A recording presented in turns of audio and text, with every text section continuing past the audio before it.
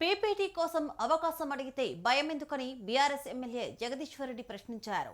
పీపీటీకి అవకాశం ఇస్తే తెలంగాణలో అసలు దొంగలెవరో బయటపడతారన్నారు. అసెంబ్లీలో పవర్ పాయింట్ ప్రజెంటేషన్ నిరాకరణ, ఆంధ్ర నల్లమల సాగర్ నీటి దోపిడీపై మాజీ మంత్రి జగదీష్ రెడ్డి మీడియాతో మాట్లాడారు. గతంలో కాంగ్రెస్ పార్టీ అడ్డుకున్నట్లు తాము అడ్డుకోబోమన్నారు ఆయన. పీపీటీలో అవకాశం ఇస్తే కాంగ్రెస్ బండారం బయటపడుతుందన్నారు. ఆ భయంతోనే అసెంబ్లీలో బీఆర్ఎస్ పార్టీకి అవకాశాన్ని నిరాకరిస్తున్నారని విమర్శించారు. శాసనసభలో వాళ్ళ ముందే వాళ్ళ బట్టలు పదిస్తామని చెప్పి భయపడుతున్నారు. లేకపోతే ఎందుకు ఇవ్వాలి అవకాశం? ఇవ్వాలి కదా. మాకు మీరు ఏ పద్ధతుల్లోనైతే మీరు చేస్తున్నారో అదే పద్ధతుల్లో ప్రతిపక్షానికి ఇవ్వాలి అవకాశం. మేము అడుగుతున్నది న్యాయమైంది కదా. తెలంగాణ ప్రజల ముందే పెడతాం మేము ఈ విషయాన్ని.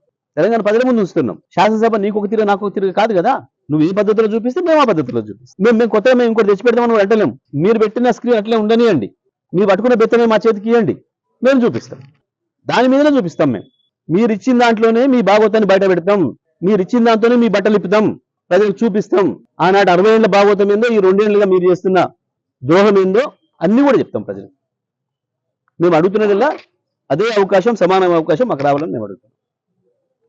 మాకు కూడా అదే అవకాశం ఇవ్వండి. అదే పీపీటీ మీరు పెట్టిన అదే ఉంచండి, స్క్రీనే ఉంచండి. మీరు కూర్చున్న తర్వాత, మీరు అయిపోయిన తర్వాత మీ ముఖ్యమంత్రి మాట్లాడతారా, మీ ఇరిగేషన్ మంత్రా, లేదా ఇంకేమైనా తెచ్చుకున్నా ఇంకో మంత్రులు, మీ ఇద్దరికంటే ఇంకా తెలివైన మంత్రి మీ దాంట్లో ఎవరైనా ఉంటే మాట్లాడుకోండి, మాకు అభ్యంతరం లేదు. ఎంతసేపు చెప్తారో చెప్పుకోండి. ఆ తర్వాత మా పార్టీకి అవకాశం ఇవ్వండి. అదే పీపీటీలో మేము కూడా చెప్తాం. మీరు ఏదైతే చెప్పినరో ప్రజలకు మేము కూడా అదే పద్ధతిలో అదే శాసనసభ నుంచి చెప్పాలి. కాబట్టి మాకు కూడా అదే అవకాశం ఇవ్వండి అని చెప్పేసి మేము అడిగినాం.